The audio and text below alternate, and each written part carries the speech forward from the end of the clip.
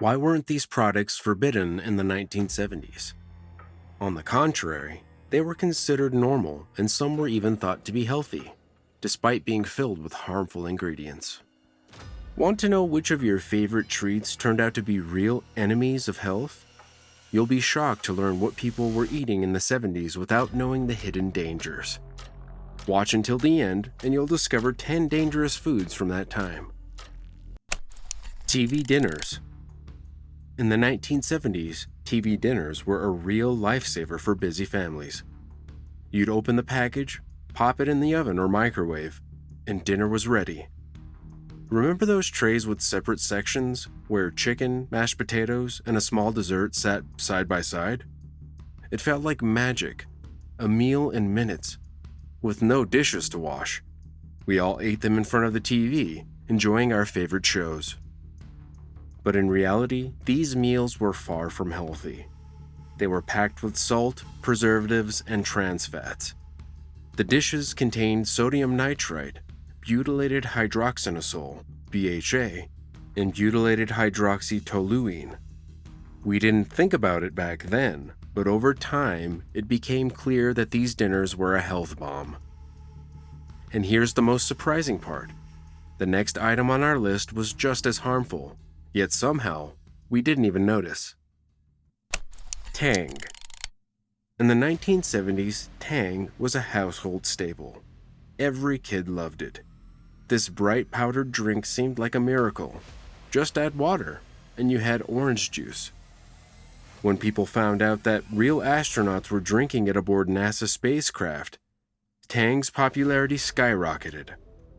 If astronauts drank it in space, it must have been incredibly healthy, right?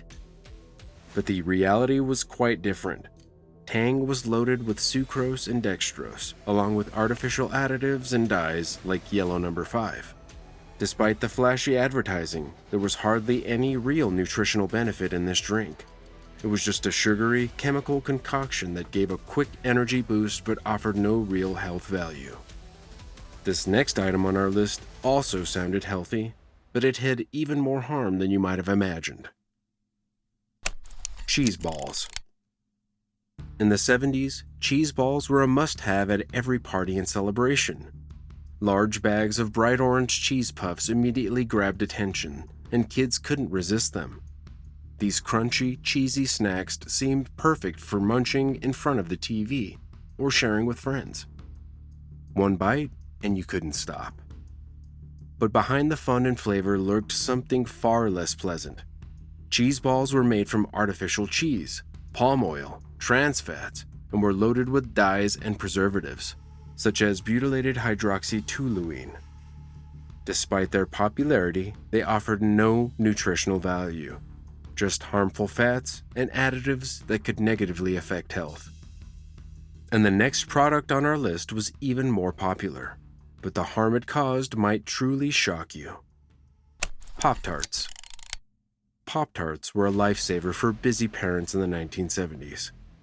Need something quick and easy for breakfast before school? Here they were, sweet, crispy pastries with fruity filling. They could be quickly heated in a toaster, and kids loved them for their bright taste and colorful frosting. Try one, and you'd want more. But the problem was that Pop-Tarts were far from a healthy breakfast. Behind the colorful packaging was a serious sugar overload. One serving could contain more sugar than today's nutritionists recommend for an entire day. Certainly not the best way for kids to start their day when they needed to focus on school. And if you think this is bad, the next product on our list was even more dangerous for your health. Gelatin salads were a true hit at parties in the 1970s. Bright, colorful dishes molded into unusual shapes looked impressive, especially when served to guests. Inside the Jell-O could be anything: fruits, vegetables, even meat. These salads were considered special, and hosts took pride in displaying them on holiday tables. But behind all that beauty was an unpleasant secret. Most of the ingredients in these salads were artificial, from dyes to flavorings. For example, blue number 1, potassium sorbate, and sodium benzoate were common additives. Not only were they lacking in nutritional value, but they were often loaded with sugar and preservatives. In the end, this salad was far from a healthy choice. But that's not all. The next product popular in the 70s turned out to be even more shocking for your health. Tab was the #1 diet soda for those looking to stay in shape, especially popular among women who were watching their weight. It seemed like the perfect way to enjoy the taste of soda without guilt, since it contained no sugar. Many drank Tab every day, feeling healthier for it. However, behind this healthy image lurked a problem. Tab was sweetened with saccharin, an artificial sugar substitute that was considered safe at the time. But even back then, studies began to emerge linking saccharin to an increased risk of cancer. Despite these concerns, people kept drinking Tab, unaware of the potential health dangers.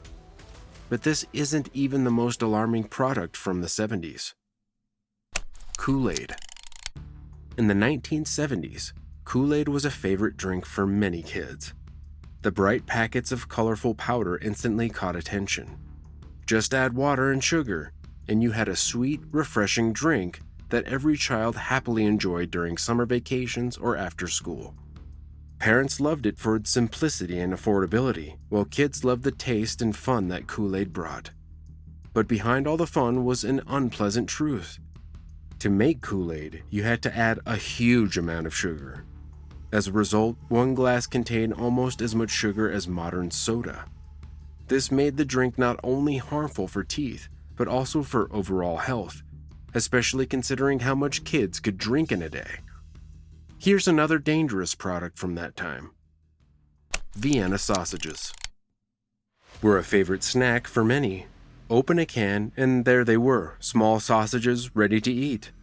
People ate them straight from the can, or added them to quick meals. It was a convenient, fast option, especially for those who didn't have time to cook. But behind the simplicity was a serious health risk. These canned sausages contained dangerous nitrates, preservatives that helped extend the product's shelf life. Later, it was discovered that these additives could be linked to an increased risk of cancer. What seemed like a simple snack was actually harmful to the body. But these sausages don't even compare to the next product. Shake and Bake. In the 70s, Shake and Bake became a kitchen sensation across America. It made it easy to prepare crispy, restaurant-style chicken or pork at home. Homemakers were thrilled. Just coat the meat in the mix, shake it in a bag, pop it in the oven, and dinner was ready, leaving the whole family satisfied. But behind the simplicity lurked a problem. Shake and Bake was packed with salt and additives like monosodium glutamate, MSG. This made it less safe, especially for those with heart issues or high blood pressure. What seemed like a regular dinner could in fact pose serious health risks if eaten too often. And the next product on our list was even more dangerous. Hamburger Helper.